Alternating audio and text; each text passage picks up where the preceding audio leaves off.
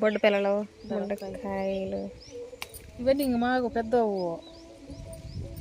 ఉండే క్యారెట్ అంటాడు దానికి